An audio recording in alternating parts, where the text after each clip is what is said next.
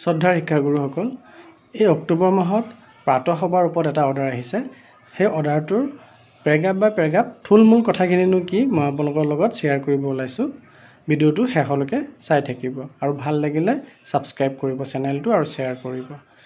প্ৰাতঃসভা বুলি ক'লে অৰ্ডাৰটোৰ মতে কি বুজাইছে, বিদ্যায়তনিক আৰু সহবিদ্যায়তনিক দুয়োটাৰ ব্লেণ্ড মানে মিশ্ৰণটোৱে হৈছে প্ৰাতঃসভা। প্ৰাতঃসভাতে গোটেই দিনটোৰ বাবে ল'ৰা ছোৱালীয়ে হওক বা স্কুল অথৰিটিয়ে স্কুলখন পৰিচালনাৰ ক্ষেত্ৰৰ কাৰণে যিখিনি শক্তি সামৰ্থ্য লাগে এই গোটেইখিনি দিনটোৰ বাবে প্ৰাতঃসভাটোৰ পৰাই লাভ কৰিব লাগে। পেৰাগ্ৰাফটোত কৈছে যে প্ৰাতঃসভা এটা কেনেকুৱা হ'ব লাগে। প্ৰাতঃসভা এটা সদায় আমোদজনক হ'ব লাগে। ল'ৰা ছোৱালীখিনিয়ে যাতে বিদ্যায়তনিক আৰু সহবিদ্যায়তনিক দুয়ো দিশতে ল'ৰা ছোৱালীৰ আগ্ৰহ গঢ় লৈ উঠে, তেওঁলোকৰ মাজত মূল্যবোধ গঢ় লৈ উঠে, সমাজৰ লগত নিজকে জড়িত কৰি কেনেদৰে চলিব লাগে সেইটো যাতে তেওঁলোকে বুজি উঠে, অনুশাসনত থাকিবলৈ যাতে তেওঁলোকে শিকে, তেওঁলোকৰ মনৰ ভিতৰত যাতে এটা আত্মবিশ্বাস গঢ় লৈ উঠে আৰু এইখিনিৰ মাজতে আমি যাতে ল'ৰা ছোৱালীখিনিক মানৱ সম্পদ হিচাপে দেশৰ ভৱিষ্যতৰ কাৰণে সাজু কৰি তুলিব পাৰোঁ, সেই গোটেইখিনি প্ৰাতঃসভা এটাত থাকিব লাগে। আৰু তৃতীয় পেৰাগ্ৰাফত গৈ পেলাই কি কৈছে যে এইখিনি লাভ কৰিবৰ কাৰণে আমি এটা সঠিক পৰিকল্পনাৰ মাজেৰে আগবাঢ়িব লাগিব।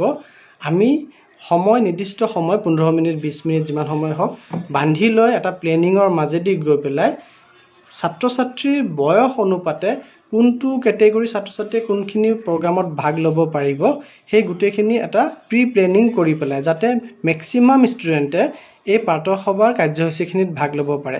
2-4টা চিলেক্টেড ষ্টুডেণ্টে ভাগ ল'লে প্ৰাতঃসভাটো কৰি দিলে তেতিয়া বাকীখিনি থাকি যাব।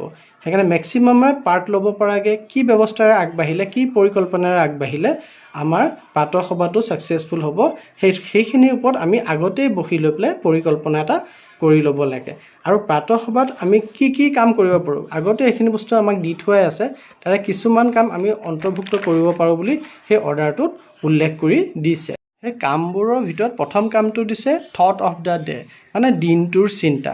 দিনটোৰ চিন্তা আমাৰ যোনটো মহৎ লোকৰ বাণী থাকে তেনেধৰণৰ বস্তুৱেই হয়। আমি যদি ৰাতিপুৱাতে ভাল চিন্তা এটা কৰি পেলাই উঠিব পাৰোঁ, আগবাঢ়িব পাৰোঁ, তেতিয়া দিনটো আমাৰ ভালেই যাব। সেইকাৰণে দিনটোৰ এটা ভাল চিন্তা, ভাল কথা এটা তেওঁলোকক দিনটোৰ কাৰণে শিকাব লাগে। দ্বিতীয়তে দিছে নিউজ ৰিডিং মানে বাতৰি কাকত পঢ়া, সেইটো আমাৰ প্ৰায় স্কুলতে হৈয়ে থাকে। তৃতীয়তে দিছে ষ্টুডেণ্ট টক মানে ল'ৰা ছোৱালীয়ে যাতে বক্তৃতা দিব শিকে, ভাষণ দিব পাৰে। কিবা এটা টপিক আপোনালোকে আগদিনাখনে চিলেক্ট কৰি দিলে যে তুমি এইটো টপিকত কাইলৈ কথা ক'ব লাগিব, তেওঁ সেই টপিকটো প্ৰিপেয়াৰ কৰি আনিব, 2 মিনিটৰ কাৰণে এটা চমু বক্তব্য সেই টপিকটোৰ ওপৰত ৰাখিব।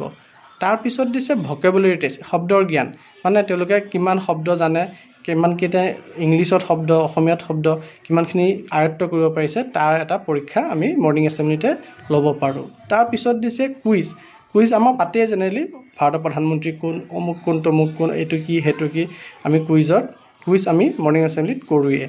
তাৰপিছত দিছে বুক ৰিভিউ, তেওঁলোকে লাইব্ৰেৰী যোনটো ট্ৰেনজেকশ্যন আমাৰ কৰি থাকোঁ, লাইব্ৰেৰী বুকছ এটা যে তেওঁলোকক দিলোঁ আমি, তেওঁলোকে পঢ়িলে সেইটো আমি আগদিনাখনে ঠিক কৰি দিব লাগিব যে তুমি অমুকটো কিতাপ নিছা, সেই কিতাপটো পঢ়ি লৈ তুমি কি ভাল পালা কি বেয়া পালা সেইখিনি এটা চমুকে তুমি আমাক মৰ্ণিং এছেম্বলিত ক'ব লাগিব। আৰু পিছদিনাখন সেই ষ্টুডেণ্টগৰাকীয়ে আমাক এই কিতাপখনৰ ওপৰত এটা ৰিভিউ দিব মানে সমালোচনা ভাল বেয়া কি পাইছে সেইখিনি বিষয়ে ক'ব।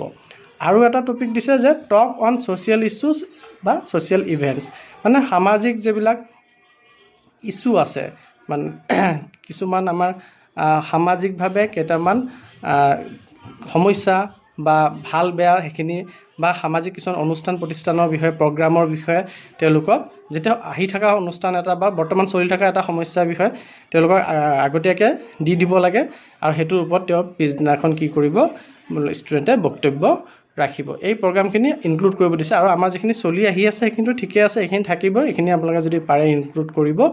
আৰু এইখিনিৰ ওপৰত বেছ কৰিয়ে এখন বেষ্ট প্ৰেক্টিচিং স্কুল আৰু বেষ্ট ষ্টুডেণ্ট যোনে ভালকৈ পাৰ্টিচিপেট কৰিছে চিলেক্ট কৰিব দিছে, কৰি পেলাই সেইটো এৱাৰ্ড দিয়া ব্যৱস্থাও কৰিব। সেইকাৰণে আমি যিহেতু আমাৰ গুণোৎসৱ আহি আছে, নেক্সট জানুৱাৰীত গুণোৎসৱ হ'বগৈ, আমি মৰ্ণিং এছেম্বলিটো আকৌ এইখিনি বস্তু সোমোৱাই এনেদৰে পৰিকল্পনা কৰি পেলাই ভালকৈ পাতিবলৈ আৰম্ভ কৰোঁ আহক। তাৰে বাবে আপোনালোকলৈ অনুৰোধ জনাই পেলাই মোৰ এই ভিডিঅ'টো সামৰণি মাৰিলোঁ। যদি ভাল পাইছে তেন্তে শ্বেয়াৰ কৰিব আৰু ছাবস্ক্ৰাইব কৰিব। ধন্যবাদ।